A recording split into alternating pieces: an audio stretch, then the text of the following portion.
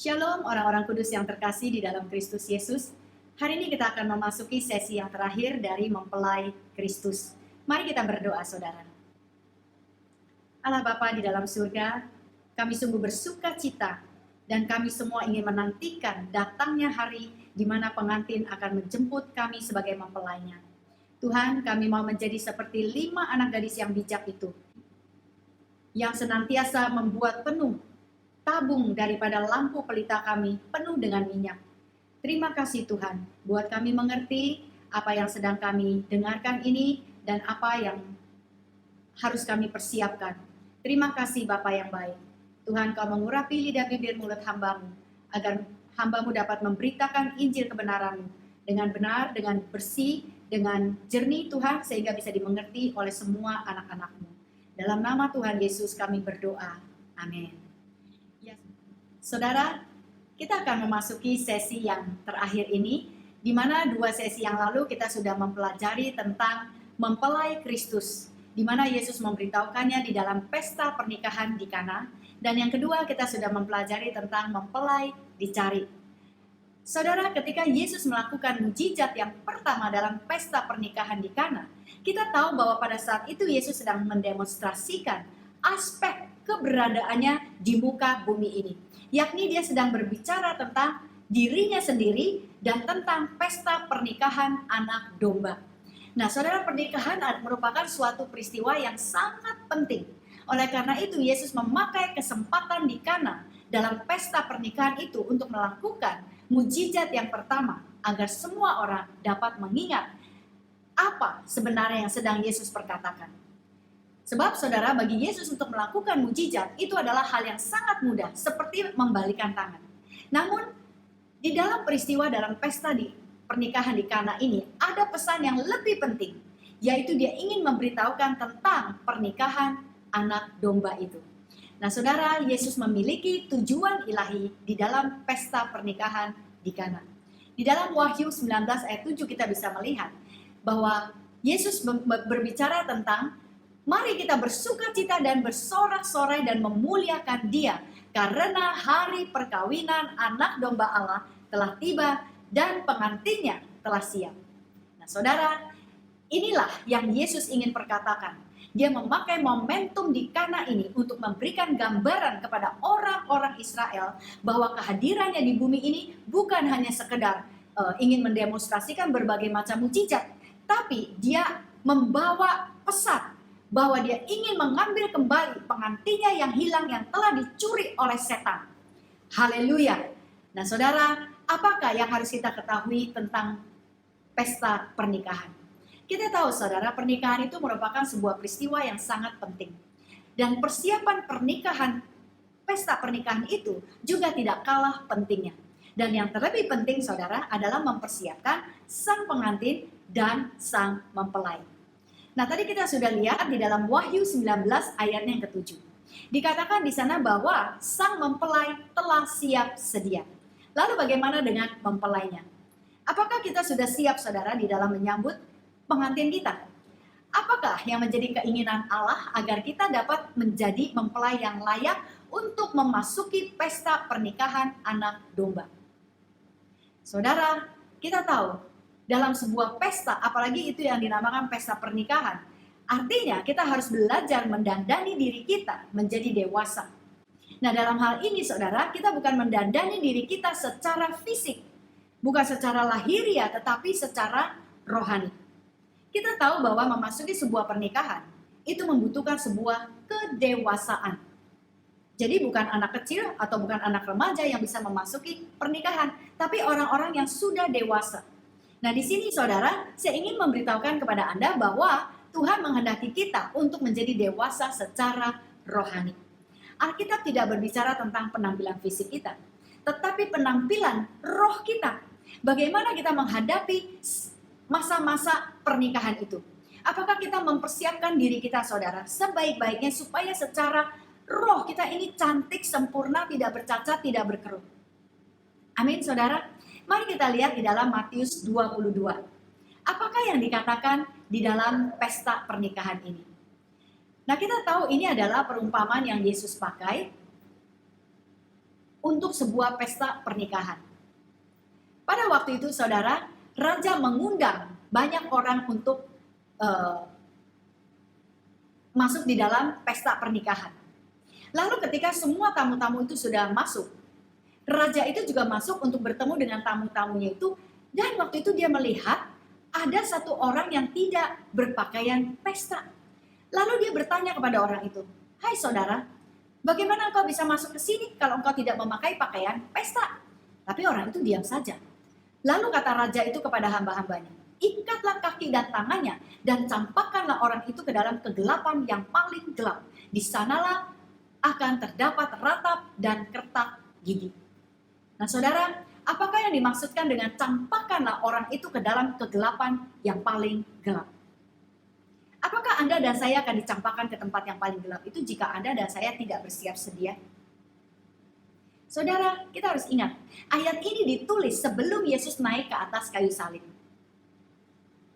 Oleh karena itu saudara, jika Yesus tidak pernah naik ke atas kayu salib, maka kita akan menjadi seperti itu semuanya. Kita akan dicampakkan ke dalam kegelapan yang paling gelap. Neraka itu adalah tempatnya kita, saudara.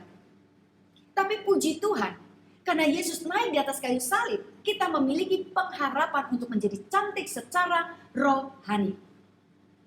Tanpa Yesus, hidup kita ini gelap. Tanpa Yesus, hidup kita ini gelap, saudara. Kita bertindak sangat buruk. Dan kita nggak tahu apa tujuan hidup kita. Yang pasti tujuan kita adalah masuk ke neraka.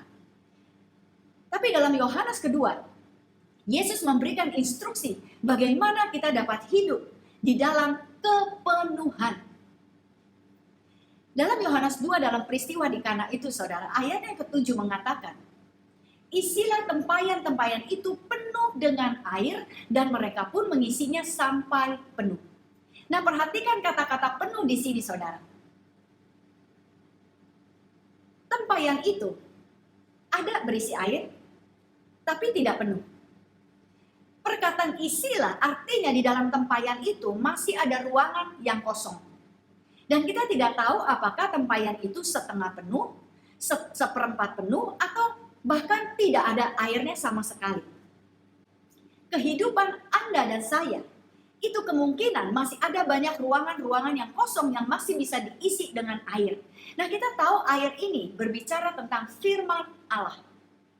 Awal daripada Yesus melakukan mujizat, saudara, itu dilakukan di dalam pesta pernikahan. Dan yang kedua, dia memakai tempayan dan air untuk melakukan mujizat. Air digambarkan sebagai firman Allah. Dan air juga bisa menjadi lambang kehidupan. Air merupakan satu kebutuhan di dalam kehidupan kita. Kita tidak pernah bisa hidup tanpa air. Nah saudara, kita tahu bahwa tempayan itu mewakili hidup Anda dan saya. Artinya kita ini semua adalah wadah. Wadah yang masih bisa diisi dengan apa saja. Dan kita harus mengambil keputusan apa yang mau kita isi dalam kehidupan kita. Kadang-kadang saudara, kita nggak jelas apa isi daripada kehidupan kita. Seberapa banyak isi daripada kehidupan kita. Seringkali hidup kita ini penuh dengan kekosongan, kering. Seperti tanah kering, tidak punya tujuan, tidak punya gairah, tidak punya hasrat hati. Banyak hal-hal yang gagal di dalam hidup kita. Pernikahan kita gagal, relationship kita gagal, kita orang yang tidak punya pekerjaan, kita orang yang tidak punya pengharapan. Seringkali saudara kita memasuki tempat-tempat yang seperti itu. Tempayan kita kosong, tidak terisi. Banyak orang masuk ke dalam pernikahan, pria dan wanita, tanpa mengerti peranan dan tanggung jawabnya. Banyak mungkin wanita yang tahu bahwa dirinya itu adalah penolong. Tapi dia nggak mengerti penolong yang bagaimana. Saya punya 2 contoh wanita, saudara, yang dapat saya gambarkan sebagai orang-orang yang mengerti dan yang tidak mengerti tujuan kehidupannya. Yang pertama, saudara, ada teman saya yang sedang mengalami goncangan di dalam pernikahannya. Saudara tahukah Anda, di dalam kegoncangannya ini, dia menjadi orang yang sangat beremosi, dia benci dengan suaminya, dia benci dengan perempuan selingkuhannya, dia benci dengan segala sesuatu yang menyangkut kehidupan suaminya. Sehingga saudara, apa saja yang datang dalam kehidupannya, itu dia cepat sekali beremosi. Dia nggak bisa membedakan antara emosi yang baik dan emosi yang tidak baik. Sebaliknya, saya ada seorang teman yang bertumbuh secara dewasa di dalam rohnya. Dia mengalami banyak tantangan juga saudara. Suaminya sedang sakit, orang tuanya juga sakit. Dan sakitnya bukan sakit hanya sekedar flu, bukan sakit kepala. Tapi sedang mengalami sakit yang menentukan hidup dan matinya orang-orang yang dikasihinya. Tapi dia tidak menjadi emosi itu saudara. Dia tetap dalam keadaan sukacita yang penuh. Dia tetap bergairah, dia tetap tekun mencari Tuhan. Setiap pagi dia tetap berdoa. Dia mendidik anak-anaknya di dalam takut akan Tuhan. Padahal dia juga melalui badai. Nah saudara, apa yang kau isi kehidupanmu? Apakah engkau menghidupi kehidupan kekristenanmu sebagaimana mestinya? Ataukah engkau menelantarkannya? Apakah engkau mengenakan jubah kebenaranmu? Ataukah engkau hidup di dalam kekosongan? Engkau tidak tahu siapa engkau di dalam Kristus. Engkau tidak melakukan apapun juga terhadap rohmu saudara. Apakah engkau masih tidak mudah mengampuni? Engkau tidak mudah taat? Engkau tidak mudah mengasihi? Engkau tidak mudah memberi? Tanyakan pada dirimu apa yang kosong yang membuatmu tidak layak memasuki pesta pernikahan anak domba Allah. Nah saudara, jika engkau mengisi kehidupanmu, kekosongan hidupmu dengan firman Tuhan, maka Tuhan akan melakukan mujizat. Tempayan yang mewakili hidupmu adalah wadah yang perlu diisi dengan penuh. Bukan setengah penuh, bukan seperempat penuh, apalagi kosong. Engkau harus mengisinya dengan penuh jika engkau ingin melihat mujizat. Apakah yang diperkatakan di dalam firman ini? Ayat ini berkata, isilah tempayan-tempayan itu penuh dengan air. Dan mereka pun mengisinya dengan penuh. Artinya saudara, kita diperintahkan untuk mengisi tempayan kita dengan penuh. Ini adalah tanggung jawab kita. Ini adalah bagiannya kita saudara. Kita harus mengisi hidup kita penuh. Penuh dengan apa? Dengan firman Allah. Bukan dengan sampah, bukan dengan hal-hal yang tidak perlu, bukan dengan rasa kecemburuan, bukan dengan sakit hati, bukan dengan dendam, bukan dengan emosi yang berlebihan, bukan dengan sampah-sampah itu. Saudara, ini penting. Apa yang kau isi di dalam hidupmu, itu akan muncul keluar saudara. Amin. Tidak ada seorang pun, termasuk Anda dan saya, yang tidak pernah terluput daripada masalah di dalam kehidupan ini. Saudara, saya juga mengalami berbagai macam masalah. Tapi apa yang kita isi setiap hari di dalam kehidupan kita, itu akan menentukan bagaimana kita akan keluar dari masalah itu, bagaimana kita akan mengatasi masalah yang sedang terjadi di dalam hidup kita. Apa yang kau lakukan di waktu-waktu senggangmu? Apakah engkau mengisinya dengan hal-hal yang membuat Yesus melakukan mujizat di dalam hidupmu? Yang membuat Yesus bisa bertindak secara penuh dengan mujizat di dalam kehidupanmu, ataukah Yesus juga tidak bisa melakukan apa-apa karena engkau tidak pernah memiliki firman Allah di dalam hidupmu. Saudara, ada berbagai macam pot di dalam kehidupan kita.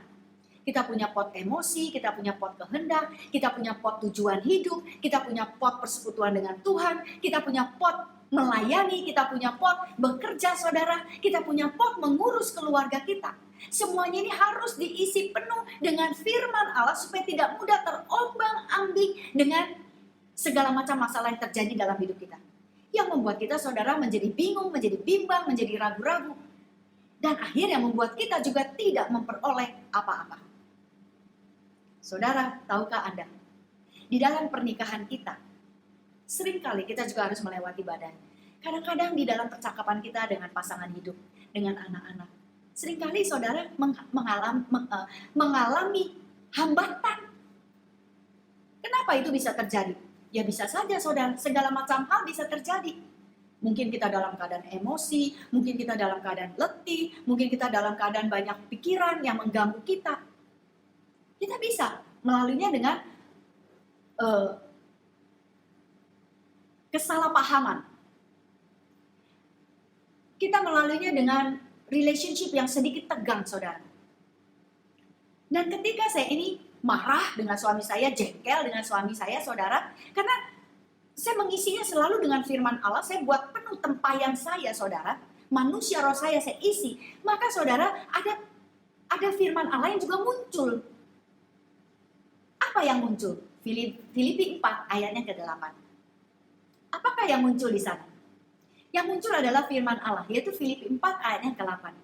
Di sana dikatakan, saudara, akhirnya Saudara-saudara, semua yang benar, semua yang mulia, yang adil, yang suci, yang manis, yang sedap didengar, dan semua yang disebut kebajikan dan patut dipuji, pikirkanlah semuanya itu. Itu yang ada di dalam tempayan saya, saudara. Waktu kita masih dalam cicilan membayar rumah, apa yang ada di dalam tempayan kehidupan saya? Apakah saya menjadi khawatir, menjadi takut? Gimana ya Tuhan, ini rumah belum dibayar. Gimana ya Tuhan, aduh setiap hari saya pikirin gimana, kenapa, bagaimana. Saudara, itu tidak akan menyelesaikan masalah. Tapi karena saya selalu mengisi tempayan manusia roh saya, itu ada satu perkataan Allah yang membangkitkan iman dan pengharapan. Apa firman-Nya, saudara? Filipi 4 ayat ke-19 mengatakan, Allahku akan mencukupkan segala keperluanmu menurut kekayaan dan kemuliaannya di dalam Kristus Yesus. Nah, ini sangat luar biasa, saudara. Ini menghilangkan semua keraguan-raguan, ketakutan, dan kepanikan saya, saudara. Saya masih bisa tidur nyenyak sekalipun rumah ini belum lunas. Dan hari ini, saudara, rumah kami sudah lunas terbayar. Karena apa? Ada iman, ada pengharapan, ada tuntunan Allah, ada mujizat Allah yang terjadi. Amin, saudara. Lalu pada waktu saya menghadapi pencobaan, menghadapi tantangan di dalam kehidupan ini, apakah saya menjadi panik, menjadi ketakutan, tidak bisa tidur, lalu saya seperti ayam yang kehilangan kepala? Tidak, saudara. Di sini ada firman Allah yang mengatakan, Tuhan turut bekerja di dalam segala sesuatu untuk mendatangkan kebaikan bagi mereka yang mengasihi Dia dan yang terpanggil sesuai dengan rencananya. Haleluya! Inilah, saudara, janji-janji Allah yang harus kita miliki sehingga kita tidak menjadi mempelai yang berkerut, bercacat, dan tidak punya gairah. Tidak ada sukacita. Yang ada adalah penuh dengan keraguan-raguan, tidak ada iman di sana. Saudara, ingat, Tuhan peduli atas hidupmu. Tuhan menginginkan engkau untuk menjadi mempelai yang cantik secara roh, secara spiritual, saudara. Dia ingin pada waktu kita berjumpa dengan Dia bukan penuh dengan cacat kerut, bukan penuh dengan ketakutan, bukan mukanya tegang, saudara. Bukan itu. Tuhan berbicara banyak tentang ketakutan, saudara, di dalam firman-Nya. Ada 365 ayat yang menyatakan jangan takut. Karena setiap hari kita mempunyai ketakutan yang berbeda-beda. Amin, saudara. Nah, saudara, Tuhan menginginkan kita untuk menjadi mempelai yang dewasa. Oleh karena itu kita harus senantiasa mendandani diri kita pada waktu kita menantikan sang pengantin. Percayakah Anda bahwa Yesus Kristus pasti akan kembali untuk kedua kalinya? Dan Dia akan menjemput kita naik di atas awan-awan, membawa kita pulang ke surga. Dan memasuki pesta pernikahan anak domba Allah. Mari, saudara, kita melihat dari beberapa ayat yang menyatakan bahwa kita harus mendandani diri kita untuk menjadi mempelai yang cantik. Yehezkiel 16 ayat ke-9 sampai 13. Dikatakan di sini, aku membasuh engkau dengan air untuk membersihkan darahmu daripadamu, dan aku mengurapi engkau dengan minyak, aku mengenakan pakaian berwarna-warna kepadamu, memberikan engkau sandal dari kulit lumba-lumba, tutup kepala dari lenan halus, selendang dari sutra. Aku menghiasi engkau dengan perhiasan-perhiasan dan mengenakan gelang pada tanganmu dan kalung pada lehermu. Aku mengenakan anting-anting pada hidungmu dan anting-anting pada telingamu dan mahkota kemuliaan di atas kepalamu. Dengan demikian, engkau menghias dirimu dengan emas dan perak, pakaianmu lenan halus dan sutra, dan kain berwarna-warna. Makananmu ialah tepung yang terbaik, madu dan minyak. Engkau menjadi sangat cantik sehingga layak menjadi ratu. Saudara, Tuhan bukan hanya mendandani engkau secara cantik dengan emas, perak, dengan anting-anting, dengan kalung yang cantik, tetapi Dia juga memberikan engkau makanan dari tepung yang terbaik, dari madu dan minyak yang terbaik. Saudara, Allah memberikan kepada kita firman-Nya sebagai makanan yang terbaik, yang manis, yang harum, saudara. Itulah makanan Anda dan saya setiap hari. Lalu di dalam Wahyu 19 ayat yang ke-7 sampai ke-9. Dikatakan di sini pengantinnya telah siap sedia. Tuhan sudah siap menantikan Anda dan saya. Ayat ke-8 mengatakan, kepadanya dikaruniakan supaya memakai kain lenan halus yang berkilau-kilauan dan yang putih bersih. Apakah kain lenan halus itu? Kain lenan halus itu adalah perbuatan-perbuatan yang benar dari orang-orang kudus. Dan Tuhan berkata, tuliskanlah, berbahagialah mereka yang diundang ke perjamuan kawin anak domba. Katanya lagi kepadaku, perkataan ini adalah benar, perkataan-perkataan dari Allah. Saudara, Allah menuliskan apa yang benar bagi mempelai-mempelainya. Maukah kita mendengarnya, merenungkannya, dan mendandani diri kita sedemikian rupa, supaya kita masuk di dalam perjamuan kawin anak domba Allah. Mazmur 45. Putri raja masuk dengan penuh semarak. Gaunnya bersulam emas, dengan pakaian beraneka warna. Ia diarak kepada raja, diiringi para perawan. Teman-temannya, mereka juga untuk raja. Mereka bersorak-sorai dengan gembira waktu diantar masuk ke dalam istana raja. Saudara, bagaimanakah caranya kita masuk ke dalam istana raja? Kita harus memasuki istana raja, saudara. Penuh dengan gairah, diarak-arak, saudara. Penuh dengan kemurnian, penuh dengan sukacita yang luar biasa, penuh dengan kemuliaan yang sudah diberikan oleh Allah di dalam kehidupan kita. Kita mau memasuki istana raja seperti Esther memasuki istana raja. Nah, saudara, Esther mempersiapkan dirinya dengan sabar, dengan tekun, dengan bersahaja. Apakah yang dilakukan oleh Esther? Dia mengikuti seluruh peraturan yang diberikan kepada dia oleh sida-sida yang menjaga dia di tempat di mana dia dipersiapkan, saudara. Biasanya anak-anak gadis itu memasuki ruang istana raja setelah mereka penuh menjalani perawatan mereka selama 1 tahun. Tetapi Esther siap memasuki istana raja dalam waktu 9 bulan. Dia siap, saudara, bertemu dengan sang raja. Dengan segala kesahajaannya. Dia menantikan masa-masa persiapan itu dengan sabar, dengan tekun. Dia tidak lalai sehari pun juga, saudara. Dia mengikuti apa yang diperintahkan kepadanya oleh sida-sida yang ada di tempat persiapan mempelai itu. Bagaimana dengan Anda dan saya? Tuhan menginginkan semua mempelainya memasuki pesta pernikahan itu bukan dengan baju yang compang-camping, saudara, tapi memakai jubah kebenarannya, memakai jubah sukacita, memakai jubah tari-tariannya, memakai jubah pujian dan penyembahannya. Tuhan menghendaki kita untuk menjadi mempelai yang siap memasuki pesta pernikahan anak domba Allah. Seperti 5 anak gadis yang senantiasa mengisi pelitanya dengan minyak yang cukup, saudara. Sehingga waktu mempelai itu datang, kita semua siap memasuki ruang pesta pernikahan itu. Siapkah Anda memasuki pesta pernikahan itu? Tuhan Yesus memberkati. Shalom.